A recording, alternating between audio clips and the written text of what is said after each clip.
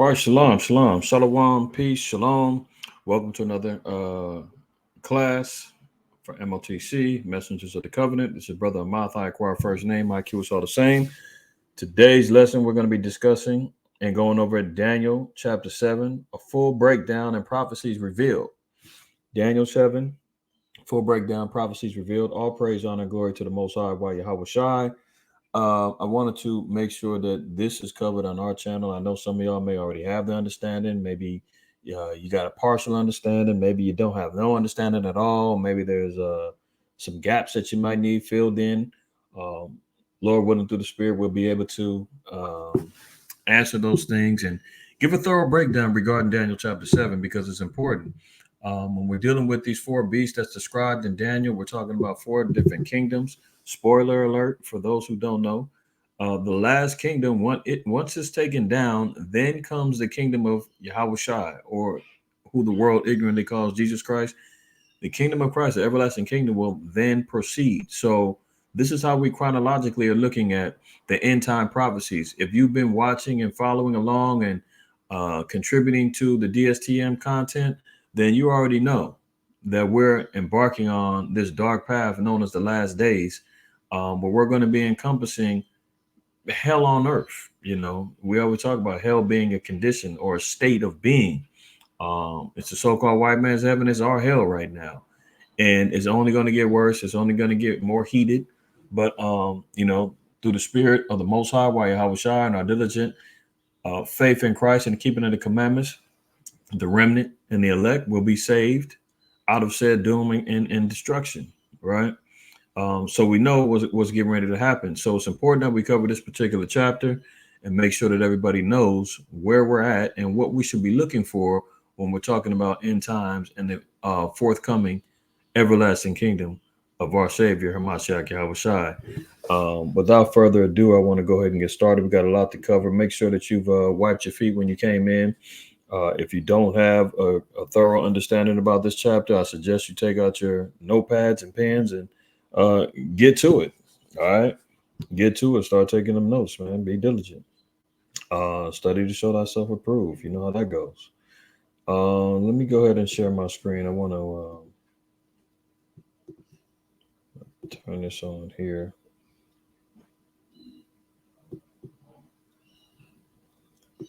And we're going to get right into it. All right. Let's start off in Daniel. No, Salaki. We're going to start off in Hosea. Hosea 12 and 10. So when we're reading and going into this particular chapter, there's one thing that we got to know is how it's being literally portrayed in this book. All right. How did Daniel give off the understanding? Hosea 12 and 10 says, I have also spoken by the prophets, and I have multiplied visions and used similitudes by the ministry of the prophets. So one may say, well, what's a similitude? Let's look and see.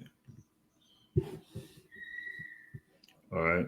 So when we look at the word similitude, what we're really looking for in context is a allegory or a parable or a simile.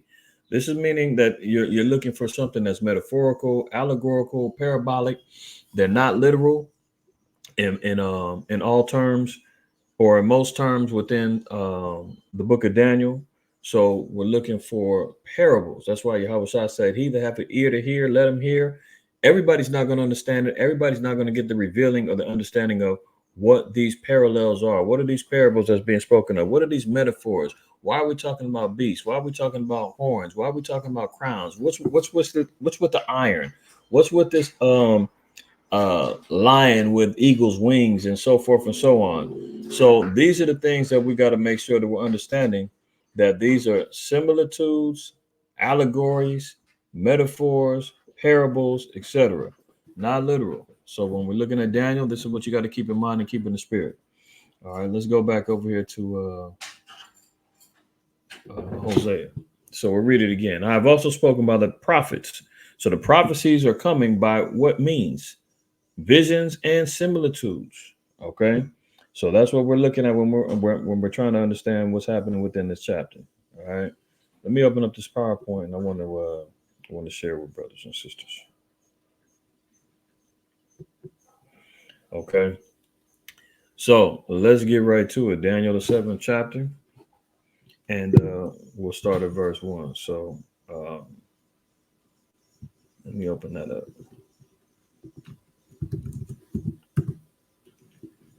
So Daniel 7:1 says, in the first year of Belshazzar, king of Babylon, Daniel had a dream and visions of his head upon his bed. Then he wrote the dream and told told the sum of the matters. So here we're seeing Daniel having a dream under the rule of King Belshazzar, and he's receiving a vision within his dream. What did he see in his vision? Verse 2. Daniel spake and said, I saw in my vision by night, and behold, the four winds of the heaven strove upon the great sea.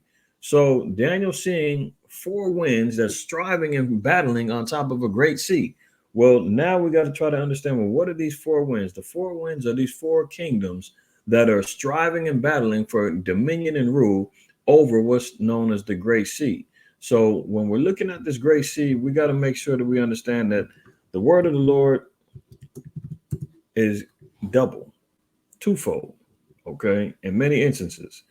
Looking at Job, the 11th chapter and the 6th verse, it says, and that he would show thee the secrets of wisdom, that they are double that which is. So secrets and wisdom can come in doubles. They can come twofold. That's why in Hebrews, the 4th chapter, I believe in the 12th verse, it says that the word of the Lord is swift and sharper than any two-edged sword. Why is it being compared to a sword? It says it's even sharper than a two-edged sword. It's being compared to a sword because what can a sword do? A sword can cut and it can heal. There's two edges to it. That's how the word of the Lord is, double-edged. Okay, so a sword can be used to cut, and then also when a surgeon needs to repair the inwards of a person's body, remove a cancer, remove the gallbladder, or perform a heart surgery, or whatever the case may be, what do they have to do? They have to cut into that body in order to bring forth the healing. So the Bible works in the same manner. So when we're looking at what happens with this great sea, this is a twofold understanding. All right, twofold. Let me show you the first fold. All right. First fold we're going to see is literal. The Great Sea being the Mediterranean Sea. Okay. That's the Great Sea. Let's get a precept on that. And Joshua 1, and we'll read verse 4. Joshua 1 and 4 says, from the wilderness and this Lebanon, even unto the great river, the river Euphrates, all the land of the Hittites, and unto the great sea, toward the going down of the sun shall be your coast. So when we go back to the map, what's going on towards the going down of the sun? What great sea can we see towards the west of our land? This is part of our land here down in Israel on this map. It's not the greatest of maps. So Shalakia for that, but we know that the Euphrates is more to the east. So when Daniel was trying to establish and give us an understanding regarding our landmass, he was saying that we were going to extend all the way from the river Euphrates all the way to the coast where the Great Sea is, where the sun sets. So we all know that the sun rises in the east, sets in the west. This is west of our land. West of our land is this sea. What did Joshua call it? The Great Sea. So the Mediterranean is where these nations, or excuse me, these four winds or these four kings are battling, striving. Okay. Also, we're looking at peoples. So when we're talking about these winds and we're talking about, well, why are they striving? What's underneath of them that they're trying to battle for? Because it wasn't a battle of sea. They wasn't, battling on the waters and seafronts and, all of that. What were they battling for? Revelation 17:15, it says, and he saith unto me, the waters which thou sawest where the whore sitteth are peoples and multitudes and nations and tongues. So the waters were representative of peoples, nations, and tongues. So these four winds are battling for dominion and rule and kingdom dominance over peoples, multitudes, and nations and tongues. This is about world domination, world powers. All right.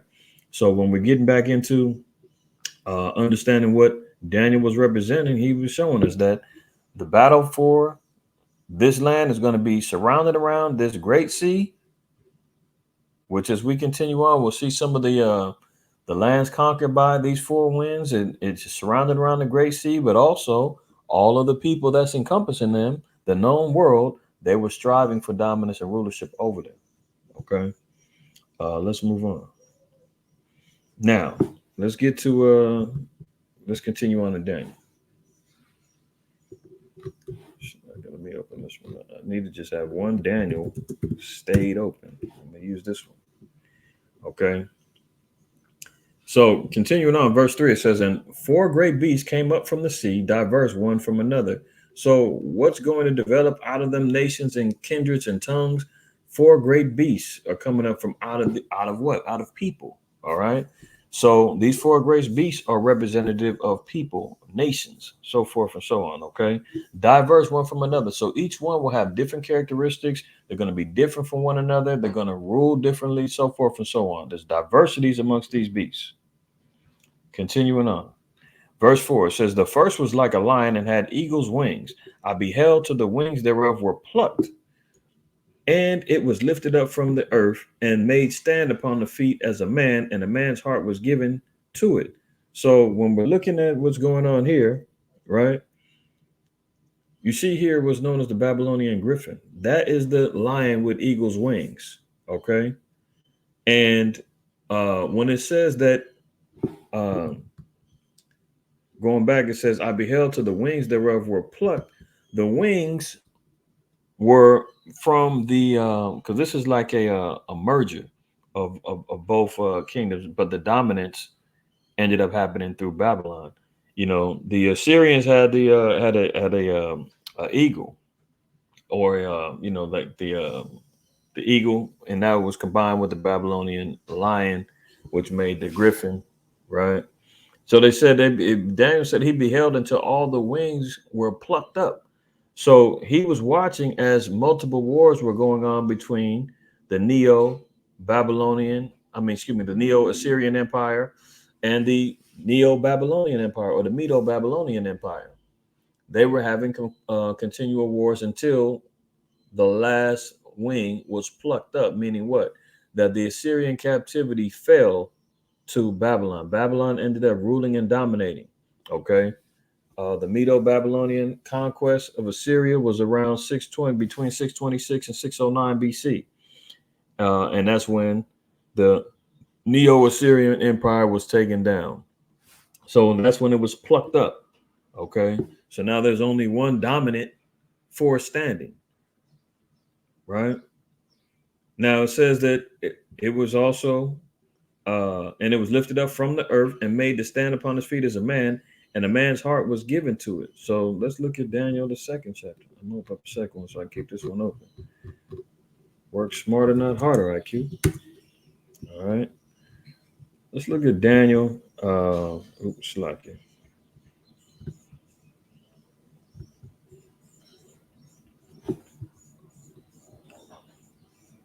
Let's see here.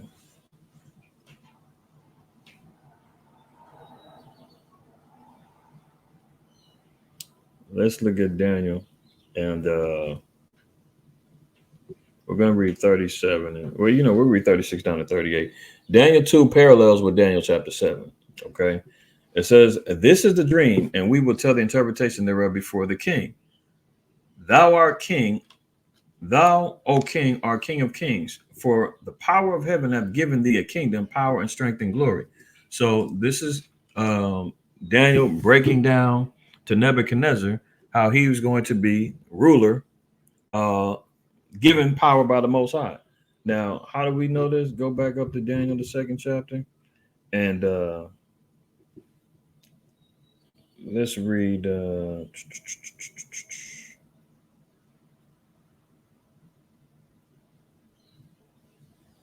Let's read 21. We'll read 20:21. It says, Daniel answered and said, blessed be the name, power forever and ever, for wisdom and might are his. And he changeth the times and the seasons. He removeth kings and setteth up kings. He giveth wisdom unto the wise and knowledge to them that know understanding. So all Glory, praise, honor goes to the Most High. The Most High removes the kings. He sets up kings. He's playing chess on the earth. Okay. Now, dropping down to verse 36 again, it says, "This is the dream, and we will tell the interpretation thereof before the king. Thou, O king, art a king of kings, for the power of heaven have given thee a kingdom, power, and strength, and great and glory." So Daniel was telling them that this power that you're going to receive comes from my Father, from our Father Yahweh. He's giving you kingdom, power, strength, and glory. Okay. So as he, prophesied this to Nebuchadnezzar. Verse 38, "And wheresoever the children of men dwell, the beasts of the field and the fowls of the heaven hath he given into thy hand, and hath made thee ruler over them all. Thou art his head of gold." So this is where we're seeing the value of the gold, the wisdom that was given unto Nebuchadnezzar to rule. This is the representation of the head of fine gold. All right. And this is why he was made to stand, as he gave power and rulership to Nebuchadnezzar. Okay. Now, if we, and that's when it's saying that he was made to stand on his feet, meaning that he was given power to stand and to rule as the head kingdom. Now, in Daniel chapter 7. All right. So let's go back to Daniel 7. It says, and where am I at? Verse 4 again. It says, "The first was like a lion that had eagle's wings. I beheld till the wings thereof were plucked up, and it was lifted up from the earth, and made to stand upon the feet as a man, and a man's heart was given to it." So what's the heart? The heart is the mind. Okay. So wisdom of the mind was given unto Nebuchadnezzar through Daniel, right? And he was made to stand on his feet as a man. That's Nebuchadnezzar, is made to stand and rule as king, ruler over the Medio Babylonian Empire, which essentially resulted into the Neo-Babylonian Empire as they continually transitioned into full dominance and rule, because the Medes did assist with the taking down of the Assyrians, but Babylon eventually took complete dominance and rule under Nebuchadnezzar. So continuing on here, it says, and heart was given to it, and he stood on his feet like a man. So let me get a couple other precepts just to show some more similitudes in regards to what we see here with this beast. Let's look at 2 Samuel.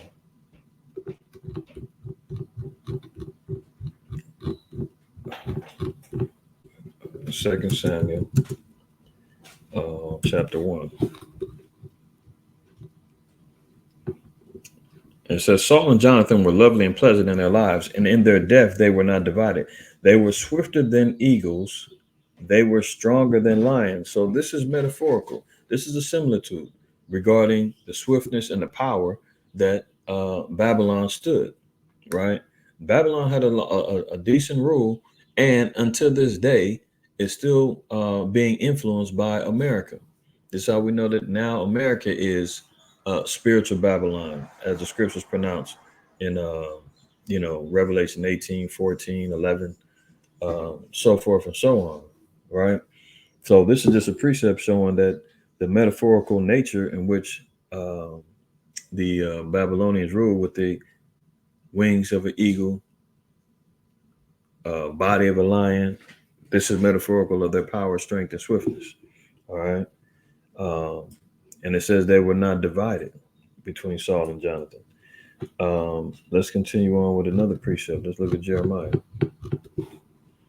Get this up here, man. Jeremiah 4. It says, "The lion has come up from his thicket, and the destroyer of the Gentiles is on his way. He is gone forth from his place to make thy land desolate, and thy cities shall be laid waste without an inhabitant." So what does the lion represent? We're seeing here destruction. The destroyer of the Gentiles is on his way. Who is that? Well, who's the Lion of Judah? Who's the one that's going to exact vengeance upon the heathen? Right? Yahushua. Now it says, Gentiles is on his way. He is gone forth from his place to make thy land desolate. Thy city shall be laid waste without an inhabitant. So, we're also seeing the strength and the power that comes from the representation of a lion's rule. So this is how they established and took power.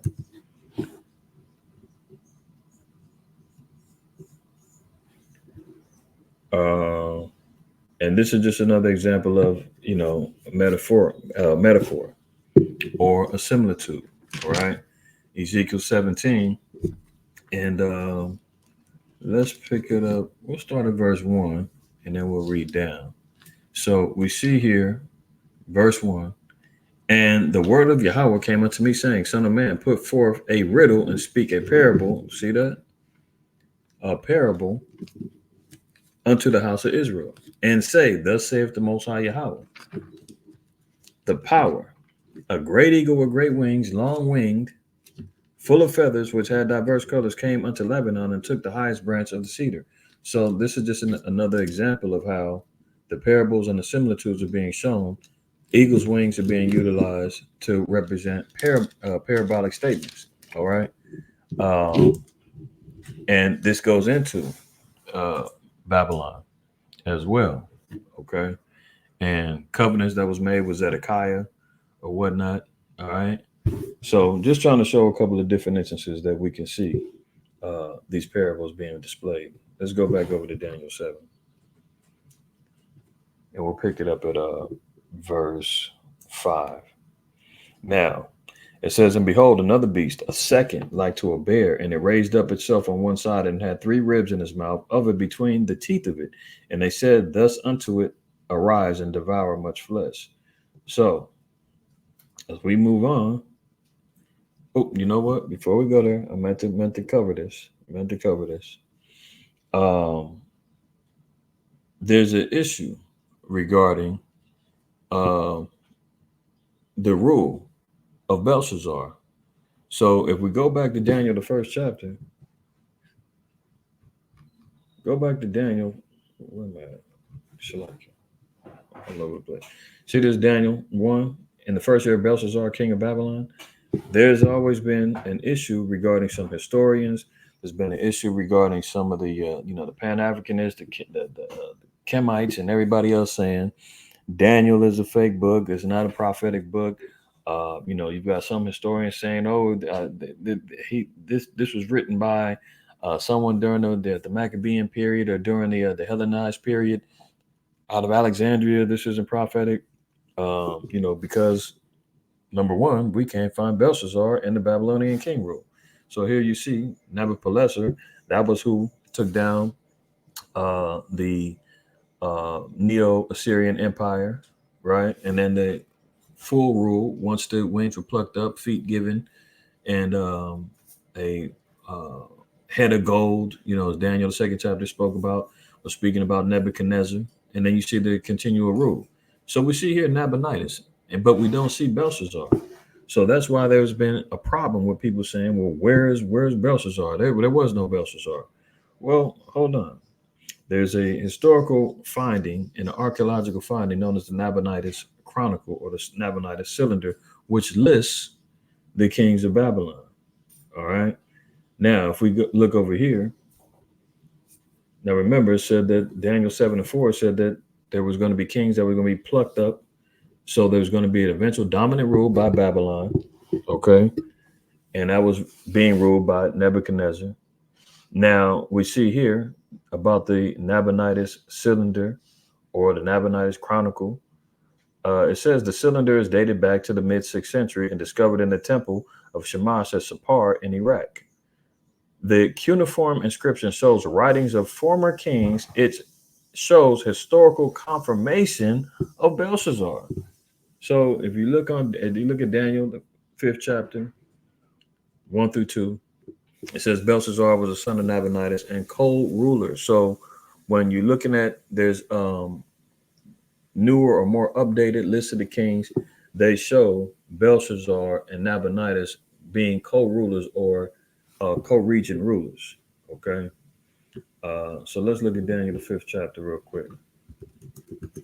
Daniel 5. It says, Belshazzar, the king, made a feast to 1,000 of his lords and drank wine before the 1,000. Because remember, Belshazzar is the one that had the dream, and Daniel had to interpret the dream and let him know that the Persians and the Medes was going to take him down. But here we see verse 2. Belshazzar, whilst he tasted the wine, commanded to bring the golden and silver vessels, which his father Nebuchadnezzar had taken out of the temple which was in Jerusalem, that the king and his princes, his wives, and his concubines might drink therein. Right? So Belshazzar is acknowledging the lineage of rulership with Nebuchadnezzar being the head. Right? Now, Belshazzar was the son of Nabonidus. Let's look at Daniel 5 and 29.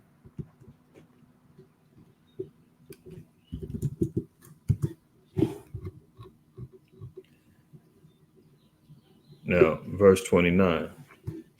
It says, Then commanded Belshazzar, and they clothed Daniel with scarlet and put a chain of gold about his neck and made a proclamation concerning him that he should be the third ruler in the kingdom. So, who were the first two before him? Nabonidus, Belshazzar, and then Daniel. So, Nabonidus was ruler, then Belshazzar, then Daniel. All right.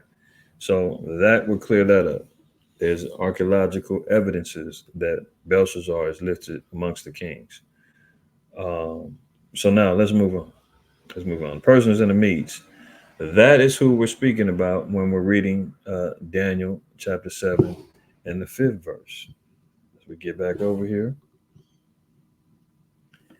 And behold, another beast, a second like to a bear, and it raised up itself on one side, and it had 3 ribs in its mouth, and of it between the teeth of it.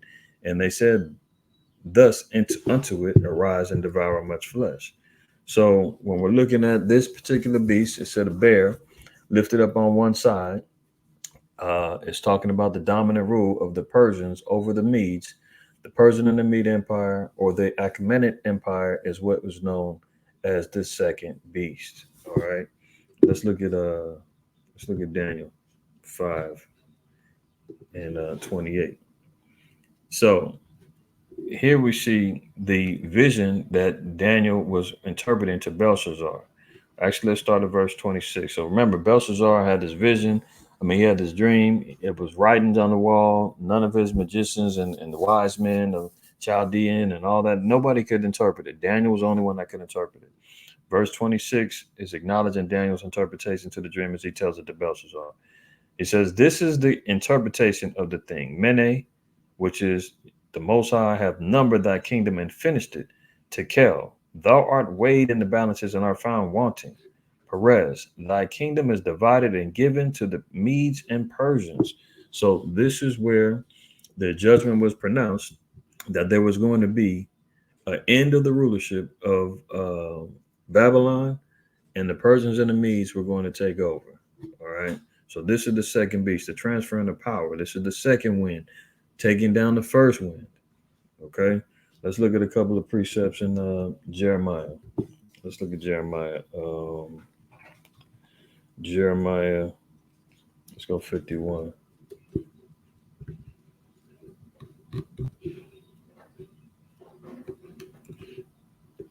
Jeremiah 51.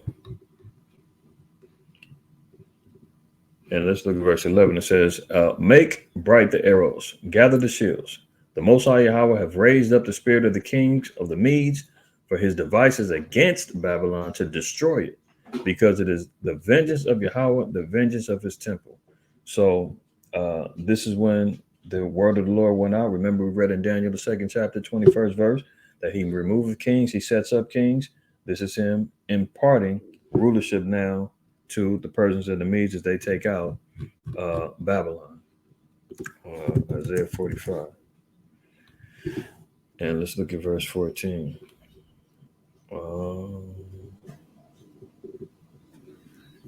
Before we go there, because now, hold on. I want to get back over here to Daniel 7. So notice here, it says,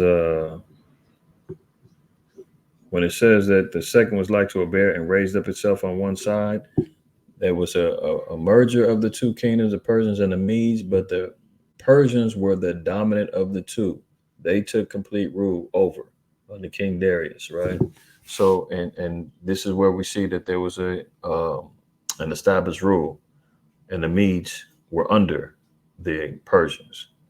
That's on the one side. And it had 3 ribs in his mouth of it between the teeth of it. Now, the 3 ribs that we're going to look at, and this is why I want to put this out too. It says laying on one side. It says the Persians' dependence on the Medes was terminated by Cyrus II, who rebelled against the last of the Median kings. Astyages marched against him, but the Median army revolted and handed over their king to Cyrus in 550. I said Darius, I meant Cyrus. Like, over their king to Cyrus in 550, plundering Ecbatana. Now Hamadan, the Median capital, Cyrus became ruler of Media. Down here you see in Daniel 8:3, the 2-horned ram is a symbol of the Medes and Persians. So that's where you do see that at. And let's look at that real quick in Daniel 8:3. So Daniel 8, third verse, it says, then I lifted up my eyes and saw, and behold, there stood before the river a ram which had 2 horns. And the 2 horns were high, but one was higher than the other, and the higher came up last. So this is where we're seeing the 2 horns being the Persians and the Medes. And it says one was higher than the other. That's the Persians under Cyrus ruling over the other. Okay, so that's prophecy. Let's get back over here. I want to show this on the PowerPoint again. So this is where you see the one laying on the other side. Now, notice here it says 3 ribs were in the mouth. Okay, so the 3 ribs in the mouth were the Lydian kingdom of Croesus in 547, and the Babylonian Empire of Nabonidus in 539, and then his son Cambyses, who ruled over Egypt, that was taken out also by the Persians. So these are the 3 ribs, all right? The Lydian Empire, the Babylonian Empire, and the Egyptian Empire under Cambyses. All 3 were taken down by the Persians and the Medes. That's what the 3 ribs were in the mouth of the bear, okay? And if you look at the timeline, you got Babylon taken down to 539, Lydia taken down to 547, and Egypt in 525. Let's look at this. Let me see something here. I think it's a precept I got. I had in Isaiah. Where is that? Isaiah. Let's look at Isaiah 45:14. It says, thus saith the Most High Yahweh, the labor of Egypt and the merchandise of Ethiopia, the Sabians, men of stature, shall come over unto thee, and they shall be thine. They shall come after thee in chains. They shall come over, and they shall fall down unto thee. They shall make supplication unto thee, saying, surely the Most High is in thee, and there is none else. There is no God. So this is one taking down of Egypt. Under the rib rule, well, the rib rule, the bear ruling and having the 3 ribs in his mouth. Okay, so this is what when I just mentioned that Egypt was one of the ones that was taken down. We just got to seeing in Daniel the 5th chapter that Babylon was pronounced to be taken down as well, right? And now we also are going to look at we read Jeremiah 51. Jeremiah 51 again, verse 11. This is where you see Babylon was taken down. That was a rib, right? Egypt was a rib. And then the Lydian kingdom that was taken down was the other rib, okay? So these are the 3 ribs. Now, let's continue on. Let me see if I got another visual for you. Now, it also said to devour much flesh. So we're talking about the landmass. When it said devour much flesh, we're talking about all of the expansion of the kingdom of the Persians and the Medes. Look at how much land that they had. Look at how much rulership that they had. When it said devour much flesh, meaning they were going to have an expansive rule over all flesh. So just like we were talking about all the seas in Revelation 17:15 about being peoples and kindreds and tongues.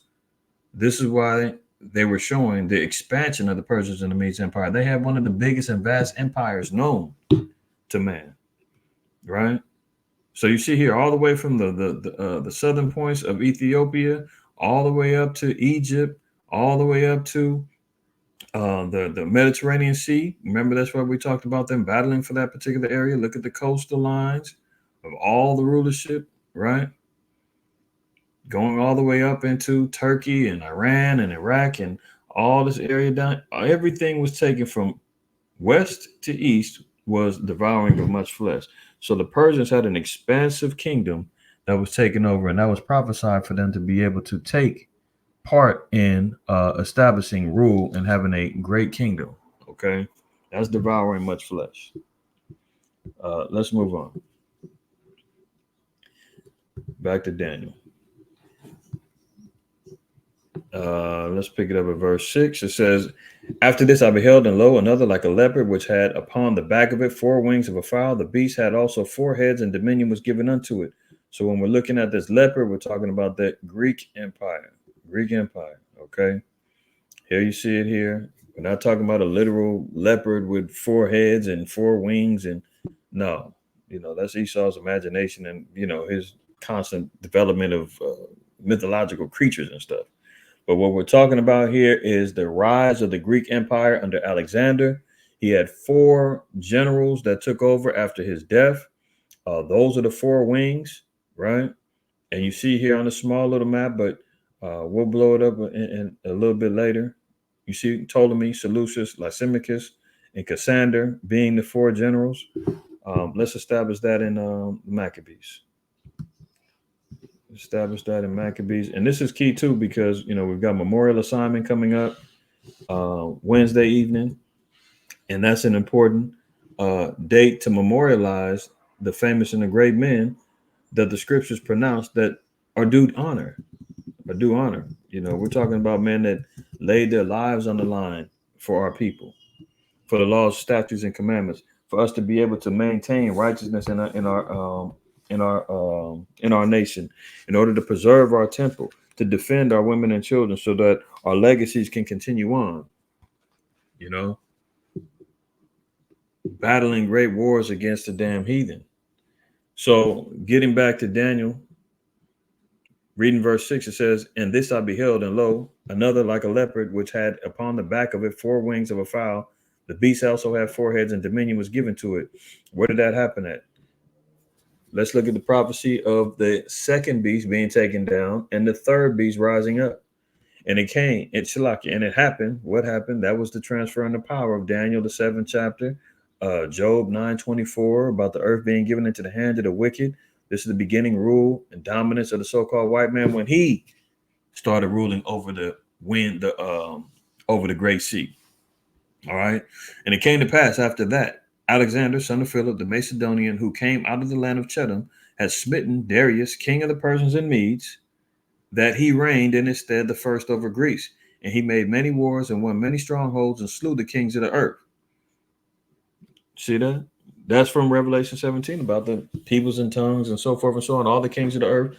The expansive rule, the devouring of much flesh that the Persians and the Medes established. And in particular, the Persian Empire established. You saw the map. So he's coming in to take over everything. All the nations now is under Alexander's rule. Okay. And went through the ends of the earth and took spoils of many nations, insomuch that the earth was quiet before him, whereupon he was exalted and his heart was lifted up. And he gathered a strong, mighty host and ruled over countries and nations and kings, and became tributaries to him. But watch this. And after these things, he fell sick and perceived that he should die. Wherefore he called his servants, such as were honorable and had been brought up with him from his youth, and parted his kingdom among them while he was yet alive. Okay. Dropping down, it says, so Alexander reigned 12 years, and then he died, and his servants bare rule, every one in his place. So these servants were his 4 generals. They took over. Now there was another one, Antigonus. He was another general, but he got taken down by the Seleucids. So they had internal warfare, jockeying for power, but the 4 main that established dynastic rule and dominance were Lysimachus, Cassander, Ptolemy, and Seleucid. And what did they do? And after his death, they all put crowns upon themselves. So did their sons after them many years, and evils were multiplied in the earth. So when we're looking at these four wings, these are the four generals. Again, Cassander, he ruled over Macedonia and Greece. Lysimachus ruled in Thrace and Asia Minor. Ptolemy ruled in Egypt, Palestine, Cyprus, Petra, all of that region. And Seleucid, he ruled in Asia Minor and Eastern Asia, Mesopotamia, India. So just imagine all of the lands that was taken over by the Persians and the Medes. This was now dominated by the Greeks. Okay, the Greeks are now ruling. So you see here on the map all the lands that Seleucid had, Ptolemy had, Lysimachus had, Cassander had, right? Um, Remember, it said that he made many wars and won many strongholds and slew the kings of the earth. You had one particular battle, the Battle of Issus in 332, which was him battling Darius III. You had the Battle of Gaugamela in 331. You know, there's debates and when did the actual dominant rule of the Greeks establish? Is it 333 BC, 331? Some establish it as 331 after the Battle of Gaugamela. Others may say that it didn't happen until 333. Either way, we know that the so-called white man dominated and ruled. Okay, so let's continue on. You had another one, the Battle of Granicus in 334. You had the Battle of Halicarnassus in 334 BC. Right now, here's something else I wanted to show y'all. Right, it said now the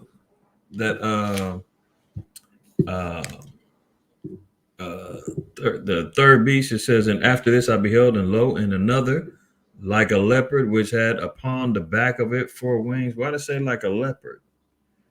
Like a leopard. Well, let's look at some of the fun facts about the leopard. And now you got to think about the so-called white man when you're looking at this.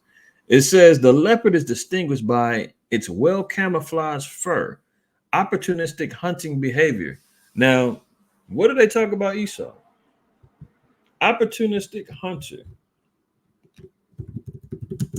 And get right to the point in Genesis 25, 27. It says, and the boys grew, and Esau was a what? A cunning hunter, a man of the field, and Jacob was a plain man dwelling in tents. So Esau, the so-called white man, the red nation, is a cunning hunter. What was the characteristic that we just got to reading about with the leopard?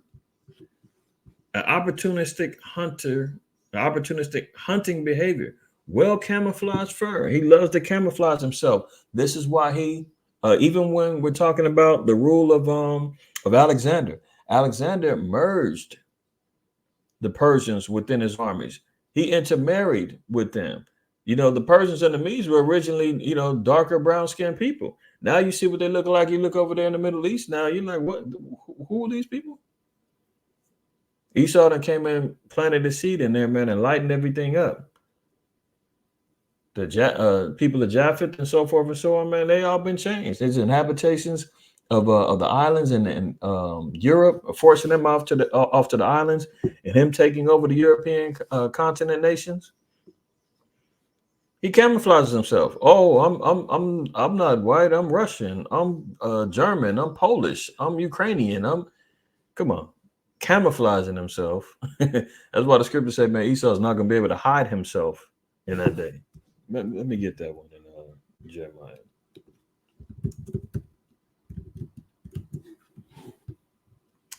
And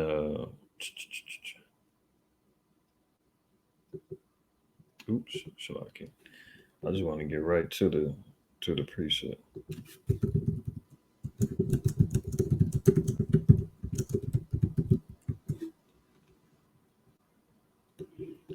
Jeremiah 49 and 10. It says, but I have made Esau bare. I have uncovered his secret places, the camouflage, right? And he shall not be able to hide himself. What's the purpose of camouflaging? To be able to hide yourself? His seed is spoiled, and his brethren in his nation, and he is not. So we see the population of them dying off. They're dying faster than they're able to repopulate. There's a crisis amongst them. with their fertility, right? They're hiding themselves, mixing and mingling their seed amongst the nations, camouflaging themselves with different entitlements of who they are as far as ethnicity is concerned. Oh, I'm French.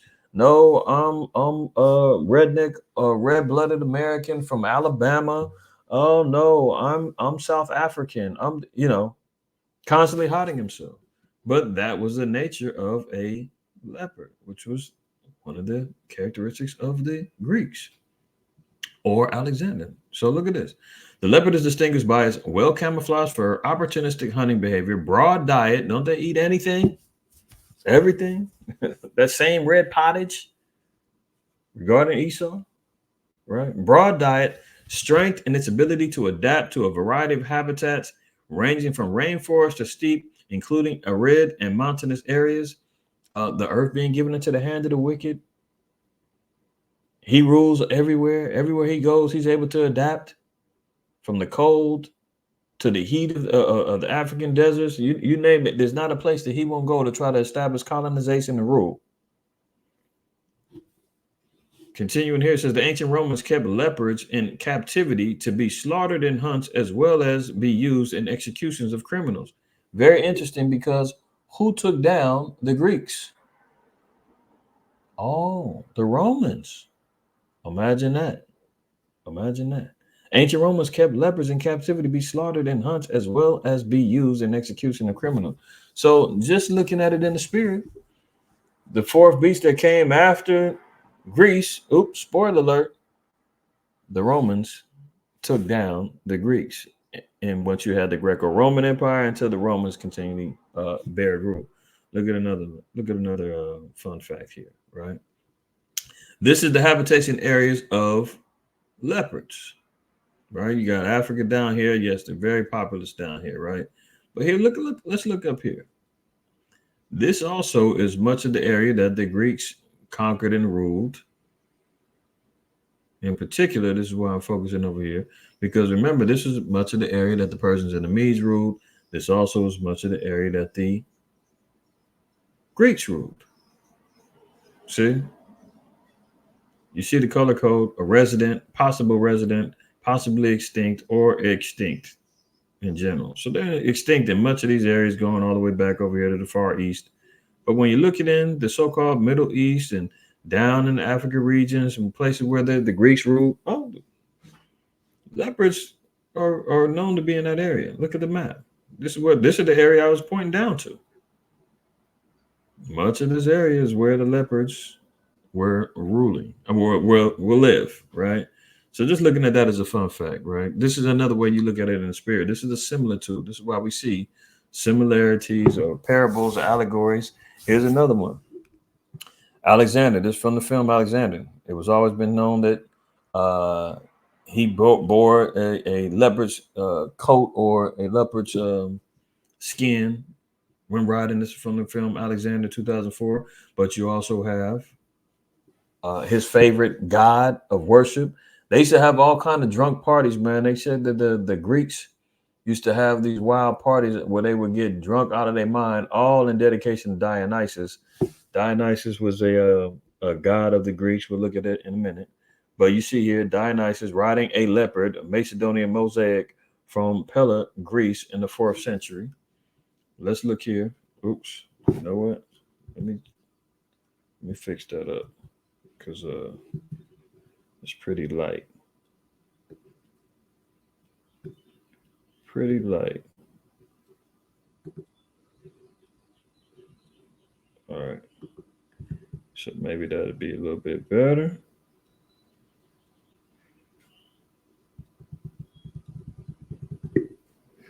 It's like maybe that'll be a little bit better. It's lucky. Hold on 1 second. This thing is acting up. Give me 1 second. I gotta fix this. And we'll be back up.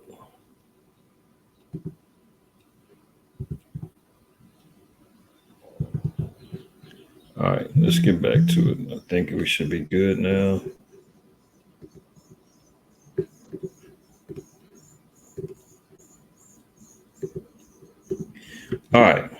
So, getting back over here to Dionysus, it says the followers of Dionysus included spirits of fertility, such as the satyrs and the Seleni, and in his rituals, the phallus was prominent. So when we're hearing about all the sodomite rumors and all that other stuff, man, this is what they was into, man. The Greeks was worshiping phalluses. This was Alexander's favorite god or whatnot, man. They would have drunken parties for him, right? Dionysus often took on a bestial shape and was associated with various animals, right? One of which, now let's look here. It says his personal attributes were an ivy wreath, the Tharsis, and the Cantharos, a large two-handled goblet. In Greek art, he was represented as a bearded man, but later he was portrayed as a youthful and effeminate. But you notice here, they got him riding on a leopard, right? Representing Alexander. This is a clip from the movie Alexander. It's being used for under fair use. This is for commentary, reporting, teaching, scholarship, research, etc. Fair use. We're going to look at a clip of them worshiping Dionysus and drinking at the. I believe this was in this scene. This was when Alexander was establishing marriages or whatnot between them and the Persians. Let's look at this.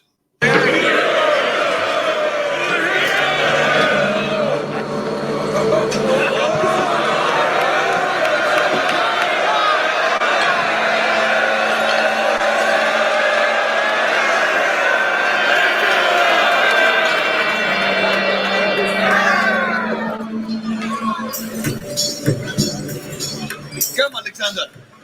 Drink with us. Alexander. I remember a time you looking at his little gay lover. Now this is this part here. There was a lot of controversy regarding Alexander trying to merge and adopt in and amalgamate the Persians in. A lot of his men wasn't with it. They wanted it, just to be them. But Alexander was trying to be strategic and absorbing in the Persians, intermarrying and establishing them in their armies. And eventually, they all fell in line. But this is a part of their little party and establishment of a covenant relationship between the two. Hated how your father drank. Now I know why. Dionysus is hero, but he is also mind breaker. He destroys our self-control. So you hear that? He said Dionysus is a hero and a mind breaker. He destroys the souls. So this is what they was into. They was having these parties in honor of Dionysus and fertility, because what they were getting to have marriages and establish a bond with the Persians. So again, this is them drinking to their favorite god who rides on a leopard. Let's continue. Now you also see here the four wings or the four heads. They had what was known as the Diadochi Wars, okay? And this was to establish the rulership of those four heads. So remember, it said that each one laid crowns on their heads after the death of Alexander, his four generals. So this is what I was showing you also. The rule, here's another map, right? You got Seleucus the first. This is all of his land. Antigonus, this was one of the generals that I made mention of before, but he eventually got conquered by Seleucus and this land got taken over. You got Lysimachus, Cassander, Ptolemy down here. All right. So you see here the Hellenistic kingdoms, circa 301 BCE, after the death of Alexander the Great. This is how they separated it up. The four generals, the four wings, right? This is where this is all happening. This is all prophetic. Here's the establishment of their rule. Lysimachus, who took Thrace and much of Asia Minor. Cassander controlled Macedonia and Greece. Ptolemy ruled Egypt, Palestine, Cilicia, Petra, and Cyprus. He founded the Ptolemaic dynasty, which lasted until the death of Cleopatra VII in 30 BCE. Seleucus I Nicator ruled the remainder of Asia and founded the Seleucid Empire, which was comprised of Mesopotamia, the Levant, Persia, and part of India. Okay, so these are the four predominant generals that succeeded after Alexander. That concludes the third beast. Now, let's move on to the fourth beast. And let's go back to Daniel. Daniel 7 and verse 7. It says, after this I saw in the night visions, and behold, a fourth beast, dreadful and terrible, and strong exceedingly, and it had great iron teeth, and devoured and brake in pieces, and stamped the residue with the feet of it, and it was diverse from all the beasts that were before it, and it had 10 horns. So this fourth beast now is dreadful and terrible and strong exceedingly. So this is a whole nother beast that was popping up. And he said, now this one, notice he described this one with great aggression and detail. You know how this one came in ruling. Okay, so the transferring of power now through the fourth beast, dreadful and terrible. Who is this? Okay, now we don't see any description. Remember, the first one was a lion had a lion with the wings of an eagle. The second one was a bear, had three ribs in his mouth. Right. Third one was like a leopard with four wings, four heads. But this one, all we hear about is this just a dreadful beast that's terrible, like strong, had great iron teeth and breaking pieces. So, but we don't get any description in regards of an animal, right?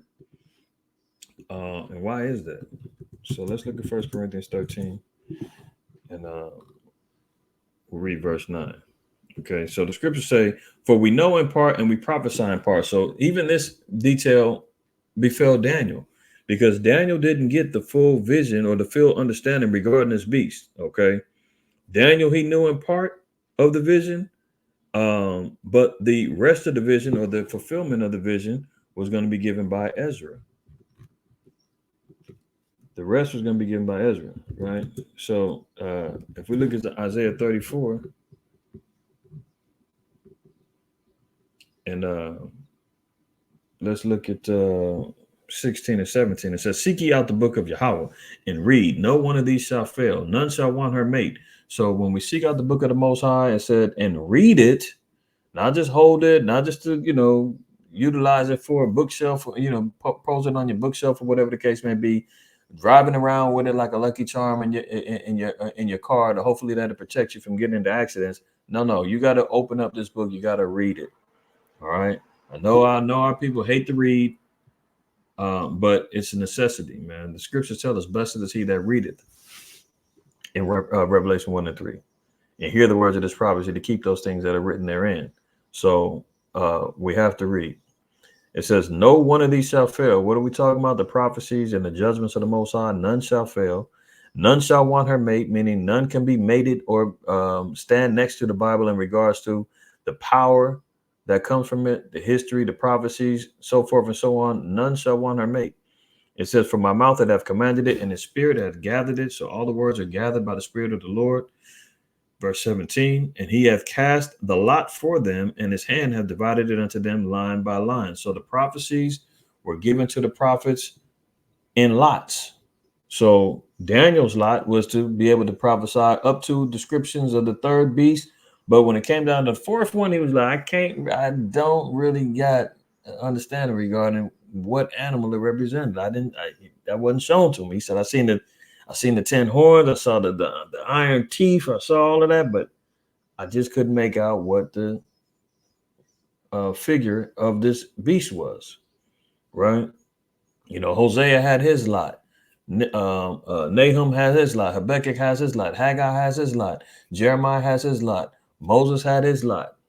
All of them was given their information and was divided unto them line by line. John the Revelator, he had his lot. And everything was given to him line by line. They shall possess it forever, ever. From generation to generation shall they dwell therein. So in order to get the full understanding regarding this second beast, we got to go to Ezra or second Ezra's. Second Ezra's, chapter 12. and we're going to read 38 down to 40. We'll read 37 down to 40. It says, therefore, write all these things that thou hast seen in a book and hide them and teach them to the wise of the people, whose hearts thou knowest may comprehend and keep these secrets. So this is why it's being spoken to us in similitudes and parables and similes and whatnot. It says that Ezra was told, take everything that he got, write it in a book. So it's documented. It's understood that this is prophetic, right? It said, and teach it to the wise of the people. So the wise are going to be taught this, whose hearts thou knowest may comprehend and keep these secrets. But wait thou here thyself yet 7 days more, that it may be showed thee whatsoever it pleaseth the highest to declare unto thee. And with that he went his way. And it came to pass, when all the people saw that the 7 days were past, and it came again into the city, they gathered them all together, the least unto the greatest, and came unto me and said, what have not slacking? I don't want this. Well, I wanted that. I just wanted to show the part in regards to the prophecy that was going to be fulfilled through Ezra. But I want to read up a little bit in chapter 12. I want to read up to chapter 11. I mean, verse 11. And we're going to read 10 down to, let's read 10 down to 14. Now we see here, it says, and he said unto me, this is the interpretation of the vision. So Ezra, remember, Ezra was seeking out understanding and wisdom through his dreams. He was told fast 7 days and he'll get more revelation, he'll get more understanding. You know, the angel, I believe it was Uriel, or was telling him, look, your mind's gone too far into the world. If you want to receive these visions, man, you're going to have to fast 7 days. 7 days, I'll come back. I'll give you more interpretation of your visions. I'll give you more understanding regarding prophecy, but you're going to have to fast to get it. So it says here, it says, the eagle whom thou sawest come up from the sea. Remember that. The four winds, the great sea, so forth and so on, right? The eagle whom thou sawest from the sea is the kingdom which was seen in the vision by thy brother Daniel. So here they are prophesying together in the Babylonian captivity. Daniel got part of the vision. Now he said, this is what the eagle, that's the fourth beast. He said, that's the one Daniel was talking about. Daniel didn't have the understanding that it was an eagle, but he knew a lot of the other characteristics that was going to come along with the power of this eagle. Verse 12, it says, but it was not expounded unto him. Therefore, now I declare it unto thee. See, he didn't get the understanding. He said, that lot wasn't given to Daniel, was given to Ezra. Behold, the days come that there shall rise up a kingdom upon earth, and it shall be feared above all the kingdoms that were before it. In the same shall 12 kings reign, one after another. So of this kingdom that was representative of an eagle, it said that it's going to be feared by all the kingdoms that came before it, and 12 kings are going to be reigning in succession, one after another. Okay. That was going to be the establishment of the rules. So here we see the fourth beast is Rome. Okay. And it says the eagle was the representation. The Romans associated eagles with the supreme god Jupiter and the Roman state itself. This life-size bronze eagle, which probably grasped a globe or a thunderbolt in its raised left talon, was likely part of a sculptural composition representing Jupiter or an emperor. So Jupiter was like, an established god. He was going to be an established ruler within Rome. So if you represented Jupiter, you was a god, in other words. Antiochus Epiphanes under the Greek rule, he had a name called Epiphanes, which means God manifested, or, and he said that he was to rule in the same stead as Jupiter, I believe. So that's the so-called white man in this God complex. But now it said that this particular beast, right? It said that number one, this fourth beast, it was dreadful and terrible and strong exceedingly, and had great iron teeth. It devoured and brake in pieces and stamped the residue with the feet of it, and it was diverse from all the beasts that were before it, and it had 10 horns. So there's a lot going on with this particular beast. So number one, it said that it was going to be diverse, right, from all the other beasts that came before it. So when we look into some of the attributes that were attributed to the Roman Empire, they were diverse when it came down to their political rule, their warfare tactics. All the previous kingdoms had kings or monarch rules. They didn't. They had a different system of government. Um, prior to the Caesars coming into play, right? But they still had a senate and all of that. Um, let's look at this here. I want to show another video clip, just another compounding to show why this is the eagle, why Ezra was on point, Daniel was on point. Fair use, fair use. This is from a movie called The Eagle. The Eagle. You can see it on Netflix. All right. Now I muted the volume just in case they trip, but just look at the captions below if you can. And this is about a barbarian group stole um, the symbol, and it's like a scepter, a staff scepter with the eagle head on it, and that was to show the rulership of the uh,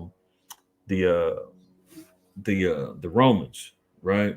So, like we were reading here about the Romans associating eagles with the supreme god Jupiter, and Rome itself. This life-size bronze eagle was probably grasped with a globe or a thunderbolt. They had a long golden. I mean, it was like a staff with a golden eagle on top of it. That was to establish the rule of the Romans. In the movie, it got stolen by some barbarians, and there was this guy, this Edomite right here. He's under the Roman rule. He was put out on a mission to retrieve it. Okay, now the guy that he's got with him was a slave, and he was being utilized as a tracker to help him. He played the role that he was going to sell out his people. I don't want to ruin it if you decide to go watch it, but nonetheless, they're camped out, and the barbarian or the so-called slave here is asking him, like, why is it so important that you get this idol back?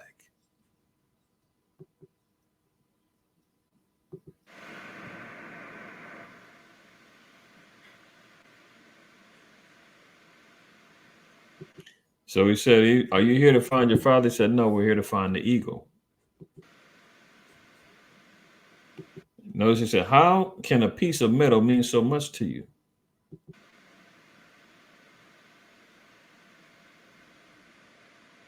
The eagle is not a piece of metal. The eagle is Rome. Okay?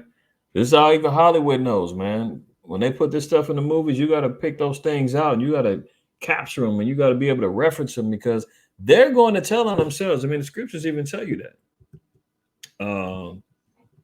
In what's that, Psalm 64? I believe it's Psalm 64. 64 and 8. Look at this. Psalm 64 and 8. It says, so they shall make their own tongue to fall upon themselves. All that see them shall flee away. So they're going to tell on themselves. It's up to us to capture it. Right? So here in this movie, the eagle, he let it be known. The eagle is Rome. Lest there be anyone who says, oh, that book of Daniel's off. But second Ezra, that's fake. The Apocrypha wasn't part of the canon, and we don't count that as a valid book of canon. What's how you say it? Well, they don't consider part of the canon or a valid book of the original scriptures or whatnot, which is completely off because the original King James had it within it before before it was removed. You know, so like I just got distracted. Before it was removed. Okay. Now here you see. Back it up one more time.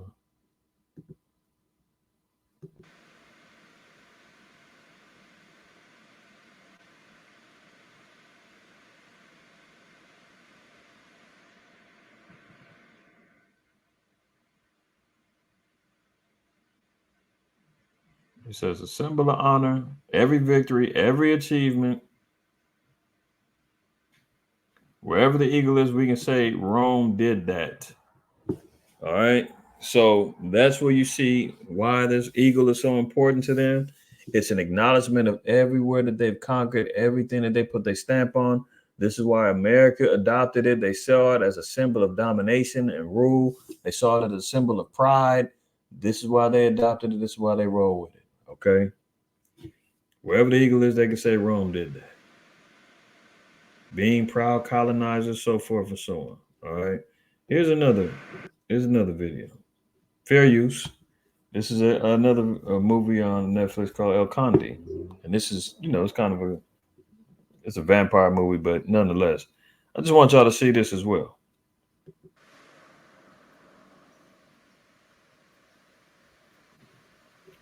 And they're talking about the history of the count and who was ever this was Dracula and whatnot, right? Now notice it says he's tasted human blood from every corner of the world. Watch this.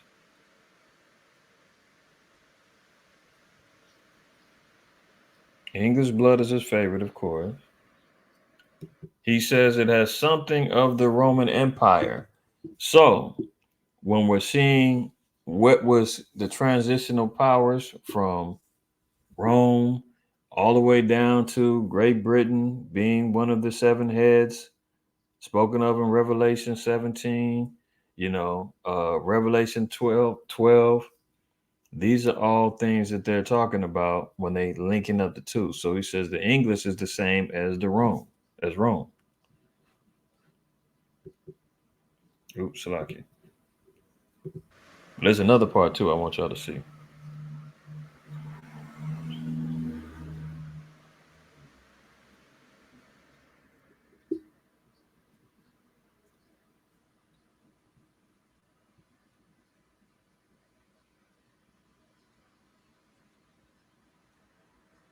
I know the Viking skin is hard to define, so he's talking about everything he's been eating. Bitter blood, dark, but watch this. Regrettably, however, the count has also sampled the blood of South America. Look at this. The blood of the workers. So he said, regrettably, he's drunken of and feasted on the blood of South America. Who are they called? The blood of the workers. Well, who are the workers? The slaves. Well, who are the ones that were imported to South America via the transatlantic slave trade, via the Spanish Inquisition? When them slave ships docked over on the east coast of Brazil, the predominant people was the tribes of Israel, right? The blood of workers. That's what they classified as the blood of work. He said, regrettably, he ate that. So like, I keep hitting the wrong button.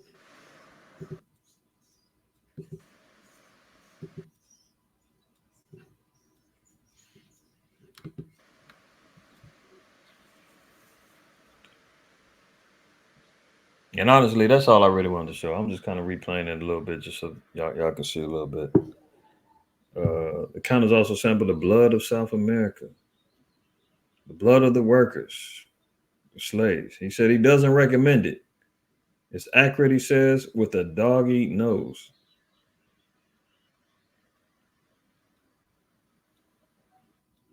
So he said the blood of the slaves, man, sticks to him.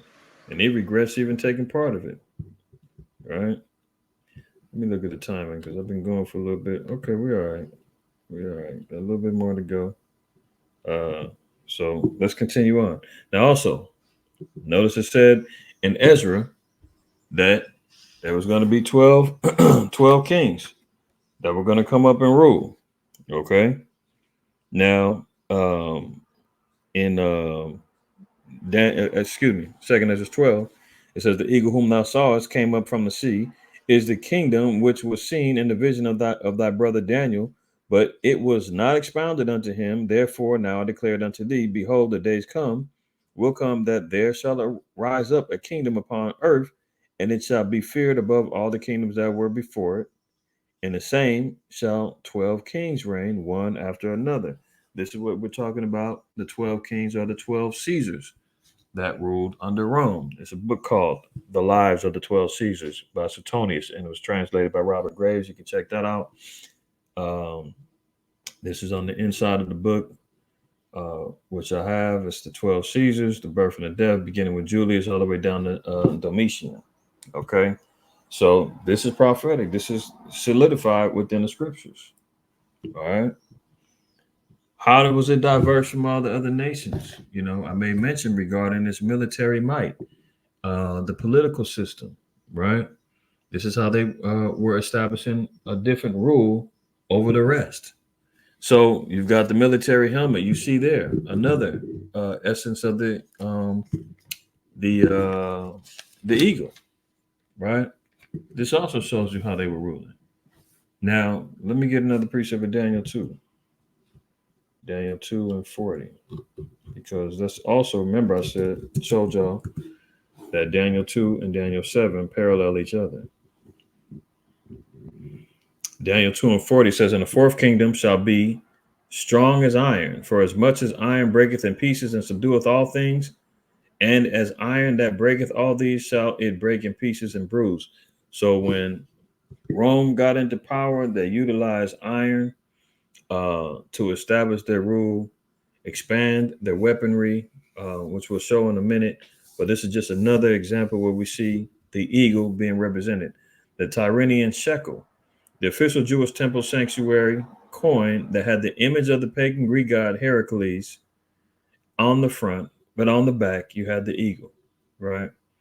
The Tyrrhenian shekel tetradrachms, or the tetradrachmas, were coins of Tyre, which in the Roman Empire took on an unusual role of the medium of payment for the temple tax in Jerusalem, and subsequently gained notoriety as likely the mode of payment for Judas Iscariot.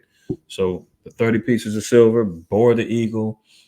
This was the eagle. I mean, this was the money that was accepted as temple tax. This was the money that Jake's bottom line using that had the eagle on it. What do you see now? Remember, they used to have the quarters used to have eagles on them. I think they still got them on there. I can't even remember right now.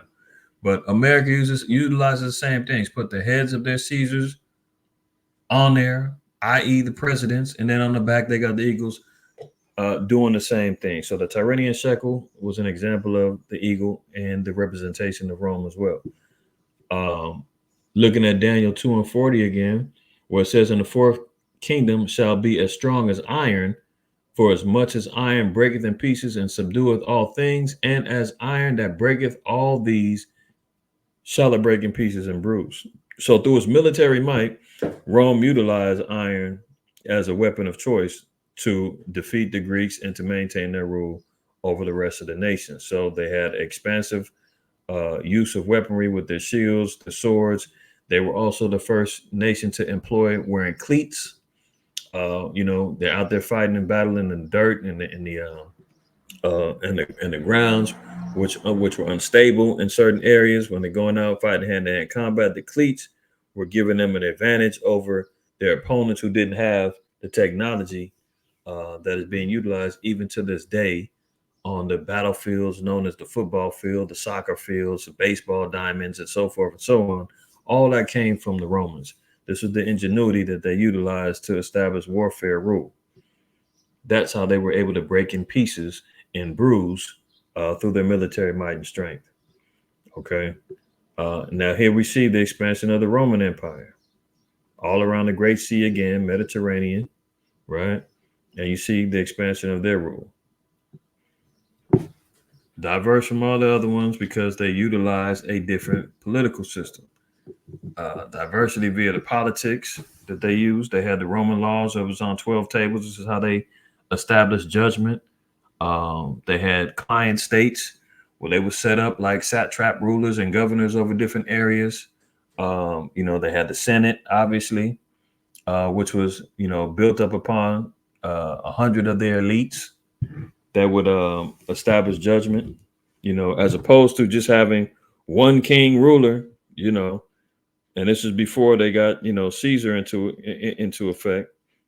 But they were going to, have a different manner of law and a different manner of how they established government, which was different than all the ones that came before them. So they had the Roman laws of the 12 tables, right? They had proceedings that were happening before a trial, the trial procedures, judgment on debt, patriarchal powers, inheritance and guardianship, ownership and possession.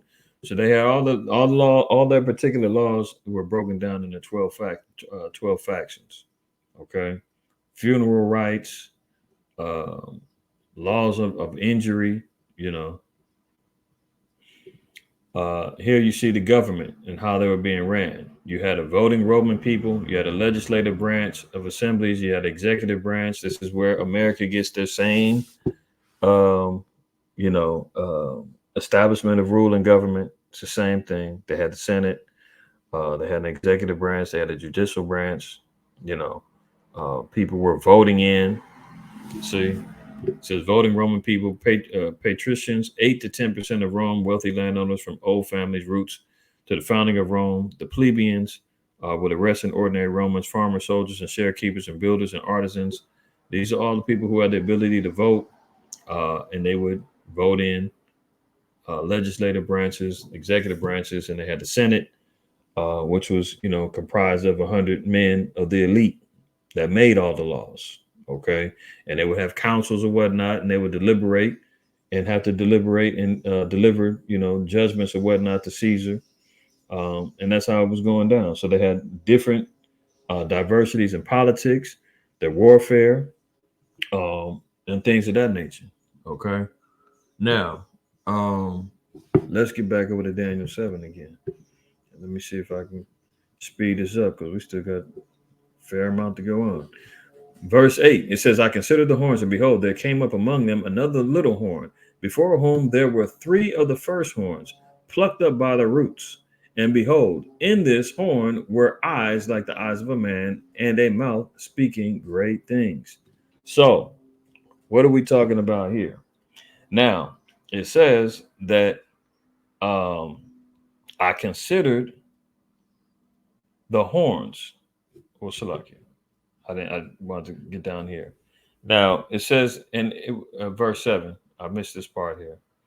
When it says it devoured and breaking in pieces, talking about the Greek rule, the nations that were before it, broke them all in pieces, ruled over and established rule as the fourth beast, stamped the residue with the feet thereof, and it was diverse from all the beasts that were before it, and it had 10 horns. Now, what do the horns represent? The horns are representing the rulership of power that they established. Okay. Um, that's in Daniel 8.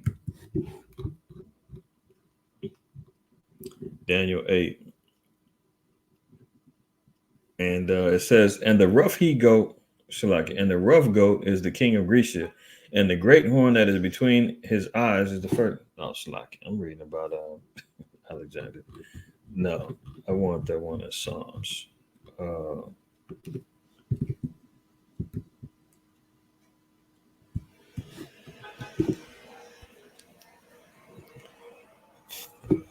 mm,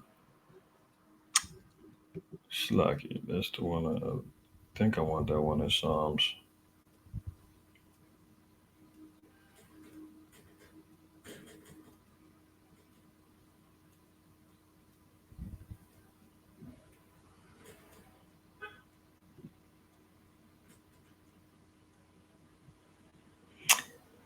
Slacky, yeah, I think that's the one I wanted in Psalms 18.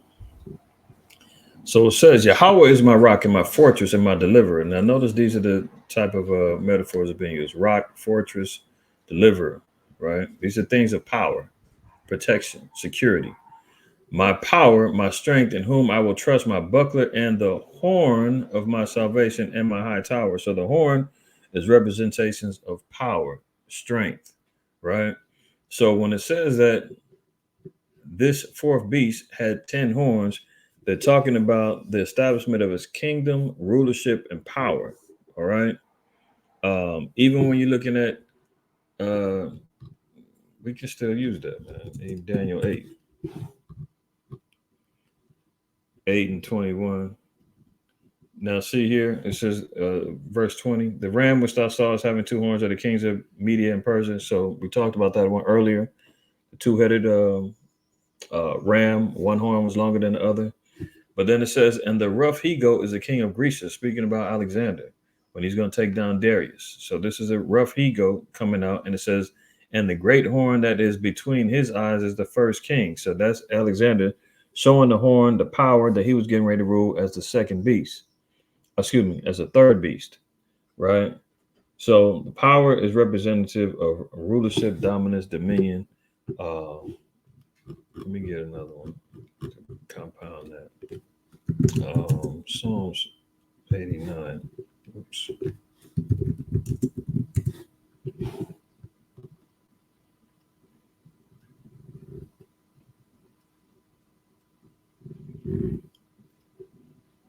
Yeah, look at this one. Psalms 89:17, it says, for thou art the glory of their strength, and in thy favor our horn shall be exalted. So the horn represents glory and strength. All right.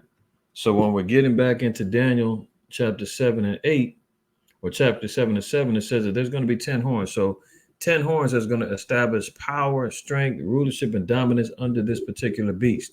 So the so-called white man begins ruling under the Greeks. Then he transitions into Rome. And this beast under Rome now transitions and has 10 different power heads that they're going to establish and make sure that they continue on ruling with the fierceness and the terribleness and exceeding glory that, the scriptures pronounced that it had before. Okay. So getting back to Daniel 7 and 7 said, now the 10 horns.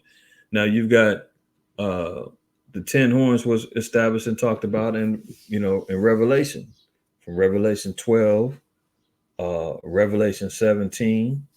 These are all different attributes are showing about these 10 horns. But what are the 10 horns? Let's look at it. The 10 horns, now we're talking about future prophecy regarding the rulership of this beast, right?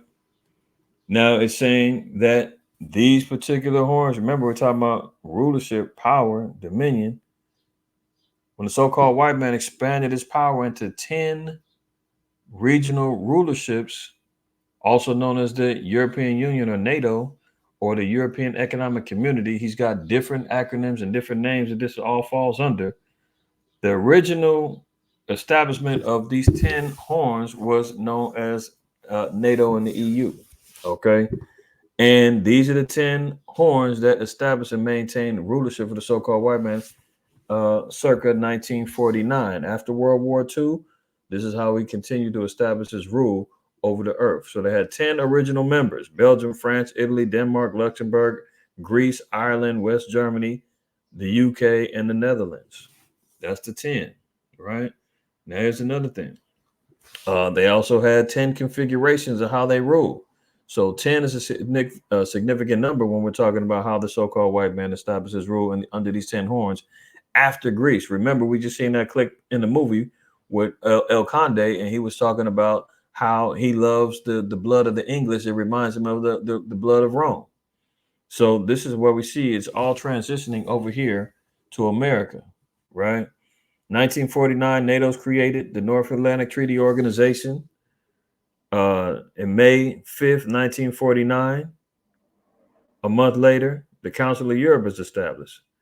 See down here, it says 10 Western European countries create the Council of Europe to promote democracy and protect human rights and the rule of the European Convention of Human Rights. Then we see here within the EU, how they operate is 10 different configurations. So look at this, the council configurations. The Council of the EU is a single legal entity. So although it's established and looked at as 10 different horns, it's a single entity. What's that entity? The so-called white man. What's the entity? The beast. What's the entity? The red dragon, right? This is the beast with 10 horns, 7 heads that the whore is riding on. It's one particular entity, but has 10 different configurations that operate it. Okay. Depending on the subject being discussed, there is no hierarchy among the council configurations, although the General Affairs Council has a special coordination role and is responsible for institutional, administrative, and horizontal matters. The Foreign Affairs Council also has special remit. So there you see the 10. All right. Now let's move on to chapter 7 and verse 8. Verse 8, it says, I considered the horns, and behold, there came up among them another little horn, before whom there were three of the first horns plucked up by the roots. And behold, in this horn were eyes like the eyes of a man, and a mouth speaking great things. So amongst these horns, another little horn pops out. The little horn is America. America pops out. That's spoken of in Revelation 17 as well. A little horn pops up, and it says, but before whom there were three of the first horns plucked up by the roots. So even when you're dealing with the EU and European Economic Community and NATO, the so-called white man has managed to expand those, add different nations to throw it off. But we got to go back to the origins. The origins was 10. Even up to NATO now, NATO has over 30 countries that's involved with it. The EU's got I don't know how many different countries involved with it, but we know all are all composed within the rule of the NATO, right? These are all part of the originals or the origins of it. Now, in Revelation, like in 12 or whatnot, it lets us know about the seven horns. I mean, the 10 horns, the seven heads, and whatnot. Now, even when we're looking at those heads, each head was going to have a crown on it. So you got Greece, Rome, Spain, France, Germany, Russia, and America. I mean, excuse me, Great Britain. And out of Great Britain comes America. Now, in Daniel 7 and 8, it says he considers the horns, these power rulerships, right? And there came up among them another little horn, whom there were three of the first horns plucked up by the roots. So when it's talking about three horns that were plucked up by the roots from this little horn plucked up these other three. You've got what? Great Britain, Spain, and France. They all had their stinking claws colonized and latched on to America, where obviously the indigenous populations and the Native Americans was already here. The Carib Indians, the Arawak Indians was already here, right? The Aztec, the Maya, the Inca was already here. But what did they do? They went and established rule over here. But guess what? This little horn, under the auspices of what was later to be known as America in 1776, the United States of America, they had to pluck up, excuse me, they had to pluck up by the roots these other three that was in the way. So how did they do that? They plucked up Great Britain through the Revolutionary War. They plucked up Spain through the Spanish American War. And then with France, via the Louisiana Purchase, and they had what was known as the French American quasi war. They ended up plucking them out the way so that he can have sole rulership and domination. So the so-called white man is the one under the rule of America, which later is known as the mother of harlots, or so forth and so on. This is where they plucked up by the roots these other three, right? And did it through those means. How does he speak great words? It says a mouth, and he's gonna the eyes that were like a man, and mouth speaking great things. So this is going to be representations of a person, a people, a nation that was going to be taken over, speaking great things. With a white man, how's he do it? Through the doctrine of discovery and all of the papal bulls that he laid out, conquering and dominating lands. He has what is known as manifest destiny, where he feels he was born to rule. He was born to dominate and take over and destroy and kill and so forth and so on, right? Broken peace treaties, at over 300 peace treaties that he broke with the Native Americans.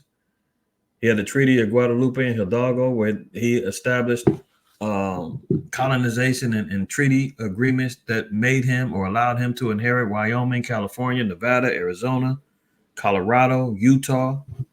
You know, even the scriptures tell us in Psalms 48 and 11 that, let's go there real quick. This is how he speaks great things. He believes that he is the Most High.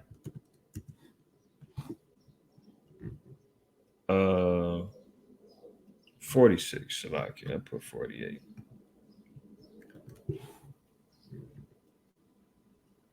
That's not it either. Hold on.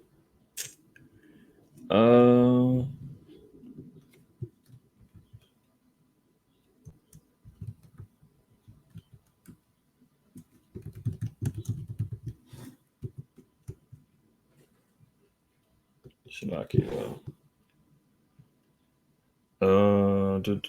49. I put 48. Shalakia. 49 and 11. Their inward thought is that their houses shall continue forever, and their dwelling places to all generations. They call their lands after their own name. So that is him speaking great things. When he colonizes and taking over these lands, he's establishing himself, saying, I am God, I'm going to take over. He's living by the sword, according to Genesis 27 and 41. These are the great things that he did. The doctrine, like I said, the doctrine of discovery. Look up all the papal bulls that the Catholic Church put out, going out to what they considered doing a cleansing and converting the heathen to follow and follow after Christianity. Anybody that didn't would either get put to death or put in slavery. Any lands that wasn't occupied by what they considered civil people were considered savages, and they didn't have rights to the land. You could take it from them, you can kill them.